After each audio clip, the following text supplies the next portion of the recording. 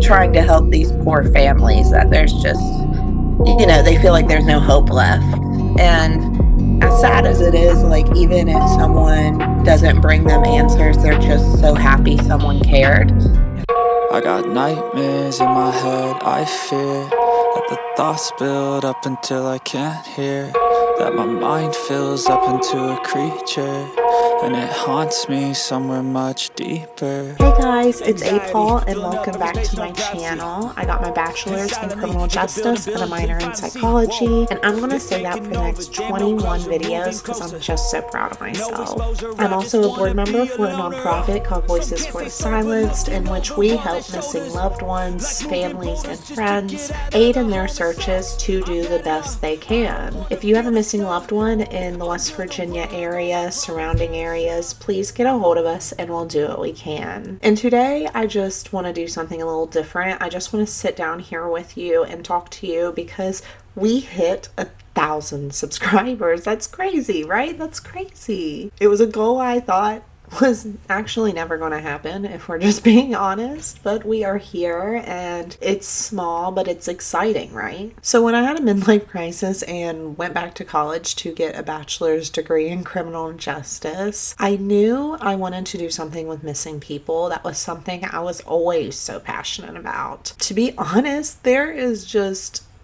not really any way here in my state, West Virginia, to work with that unless you became a police officer. Of course, I have the nonprofit I talk about in every single one of my videos that I love and adore. The people I work with are just absolutely amazing and so dedicated into the cases they cover, but if we're just being real, it's volunteer work. It's not something I could be paid for. And I remember being in school, because I did start my channel like my junior or senior year, which is just ridiculous. Don't start anything like that in your senior year if you want to keep consistency. I felt this was the only way to get stories out properly. Now, of course, I've dabbled in different things other than just unsolved and missing cases on my channel. There's just some things I want to talk about and love to talk about, and I do enjoy just like a regular true crime story that we do know the answers to, because in a way that's a little bit more lighthearted than these cases we will probably never find out what happened, right? And I do like to just talk about subjects in criminal justice. I mean, there's not really anyone around me that want to have talks about like Occam's razor and the amendments in detail and stuff like that. But my focus on my channel has always wanted to come back to missing people and unsolved cases. That was just something I am so passionate about. And I don't know how all your other states deal with missing person cases, but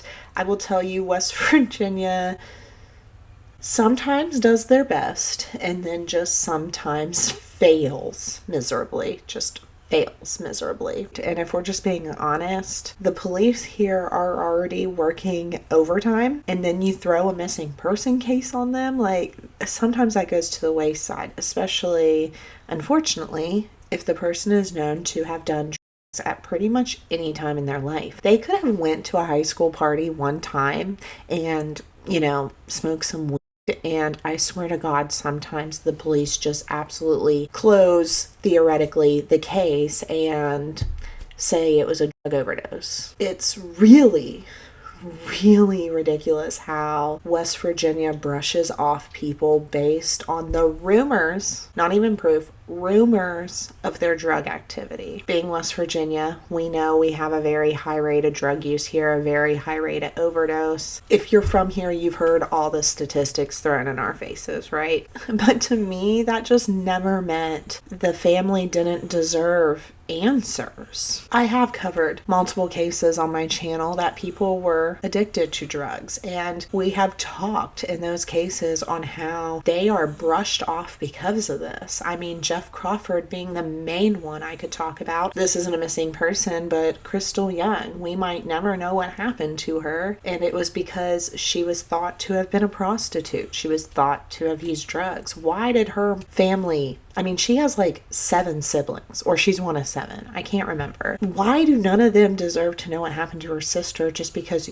you didn't think she was a great person in society? Police. And then just people that make bad choices. Like, unfortunately, I think we all know Luke Stout was a part of an affair of a married woman. That just means we never need to know what happened to him, especially when some of these cases seem so easy to solve. Like, why didn't we just solve them? That's always been a question for me too. And it's something I wanted to discuss with people that I knew believe the same way, and you just can't really go up to people on the street a lot of the time and start talking about this heavy stuff. So I had started this channel to have people to talk to and have people to bounce theories off of and have people to bring more awareness to these cases. And I did focus a lot in West Virginia, clearly, right? Because this is where I was from. I know some of these people's families that I'm talking about. I know Jeff Crawford's family. I spent summers with this family. I knew his relatives, and that was the first main one I covered. That was family involvement. I felt such a calling to tell his story, along with Ashley and Tonda, of course, because they are also a part of the story. They're just obviously not missing anymore, but unsolved, definitely. We still don't know what happened to them. And with Jax, Rachel had followed me on Instagram for years. I'm pretty sure we were already friends on Facebook when she messaged me about Jack and talking to me about how her daughter, Chloe, wanted to just fight for answers for her dad. And the families I have met through this, Luke Stout's family, I will always hold such a deep place in my heart for Luke's family. Always. I talked a lot to Crystal's mom, Crystal's sister, and that was really heavy, really hard, but we bonded through that too. These families just deserve so much support that I just feel like they do not get. But covering these cases for me has just been so important. It's given me a purpose. It really has. Like, it's made me feel like my purpose is here talking to you guys, because these things matter to people. And I did start these John Doe cases. I started with a Jane Doe case, right? The Wetzel County, I think, was my first one, and it blew up. It blew up. I could not believe it. And I didn't realize, wow, there was a lot of people that really liked these John Doe cases. And I think those are now so important. It's not something I ever really thought of. I tried just one video on a Jane Doe and you guys loved it. And I think those are important too. Most of the time they have a face you can show, like getting their face out there, getting their information out there, because it can spark a memory.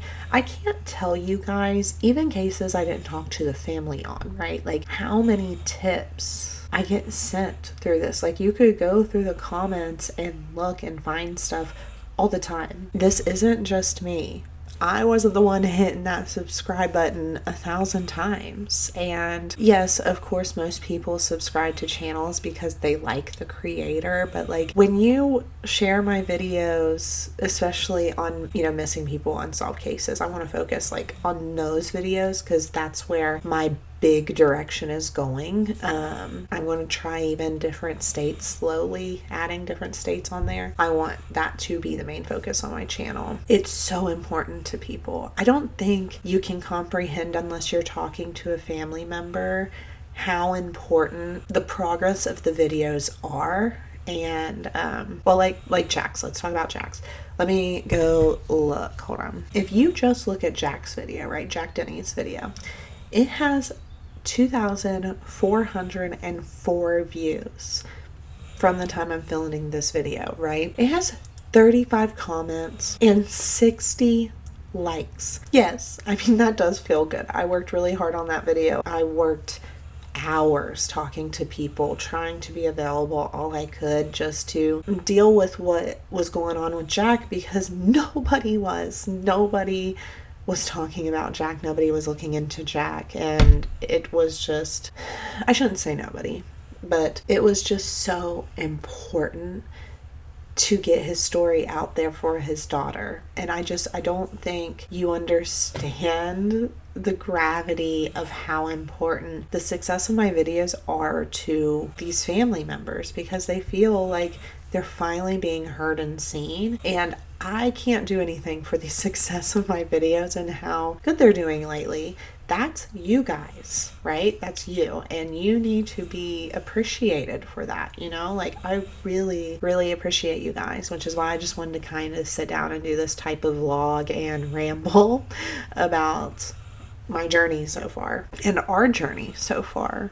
I couldn't do this without you guys. And I think, like, when your channel is small, 1,000 subscribers is not much. I don't even think that's like a micro channel, right? Definitely before you become a micro YouTuber, it is all for you, right? These videos are for you. Yes, you hope people see them, and yes, you want people to enjoy them, but you're really just trying to navigate, figure out your stride, figure out your schedule, figure out what works, what doesn't work, and it's a rough journey if you're with the person in the first 1,000 subscribers. You guys have seen me fuck up, do some videos that aren't great, videos I clearly just threw together really fast, and long breaks whenever I've just had the most massive burnout of my life. You've seen me struggle to barely put up any community posts, which I'm going to try to get better of, especially if there's going to be breaks in between. You've seen me exhausted. You've seen me just barely getting through a video. You guys have given me that grace to grow, and that means a lot. And I just wanted to tell you how important you are, and how important you are to these families that we're covering too, and we're going to cover in the future. They really are just so thankful for you too. And I don't think you guys hear that enough. I need to do better at telling you guys how good these, or how much these families think that you mean to them, you know? But thank you for suffering through the first 1,000, because there has been some bumps in the road for sure. And just thank you guys for letting me grow. And I don't know why 1,000 subscribers feels so good to me. Maybe it's because it has been a goal, right? You're going to see me try some different things on this channel. I'm going to try to do different intros. I have a new song I'm trying to incorporate into the intro. You're going to see me do more community posts. You're going to see me do a lot more missing person cases, along with other things. I'm not just going to do that. I do like talking about all areas. I'm thinking about doing even more jail and prison videos, and like the conditions and what's happening in these places, because that's a big deal. In my opinion, a big deal. I might never go back to the Lori Vallow and Chad Daybell case. I know I stopped that halfway through covering Chad's, but I'm going to tell you, I'm thinking of privating all those videos and just pretending none of it happened. Because that was exhausting and not worth it, if we're just being honest. I think I'm going to try to bring back the Facebook page. I will link it below. I have been very absent on that page for a while, but I do feel like it is time to try again. So watch out for that. We are going to build a really cool community, and I hope you stay with it, you know? And if you have any suggestions on cases or what to do, or, you know, things I should try, of course, always email me. I have the email here, and you can find me on Instagram too. I need to put my Instagram back in the intros. I used to do that. But again, thank you guys for watching. Thank you guys for being here. Thank you guys for becoming some of my little investigators. Just thank you guys so much. I am going to try to plan a live at some point just to hang out with all you guys. So please keep your eyes open. I'll put it in the community tab and Facebook. And I'll try to put it on Instagram when I'm going to decide to do it, and give you guys like a few days notice. So, but yes, thank you guys so much for watching. Thank you for being here, and thank you for subscribing and being a part of this family. And if you're not a subscriber, like and subscribe and hit that notification button. That way you're notified the next time I upload. I have a GoFundMe going for Crystal Young, so if you have not watched that video yet, you need to go watch it so you know why her mom needs this PI so bad. And of course, I still have stickers for sale. They're $2 each, and all proceeds go to the Cold Case Foundation, so it is for a good cause. And again, thank you guys so much for helping make this family and be a part of this with me. And I'll see you in the next one.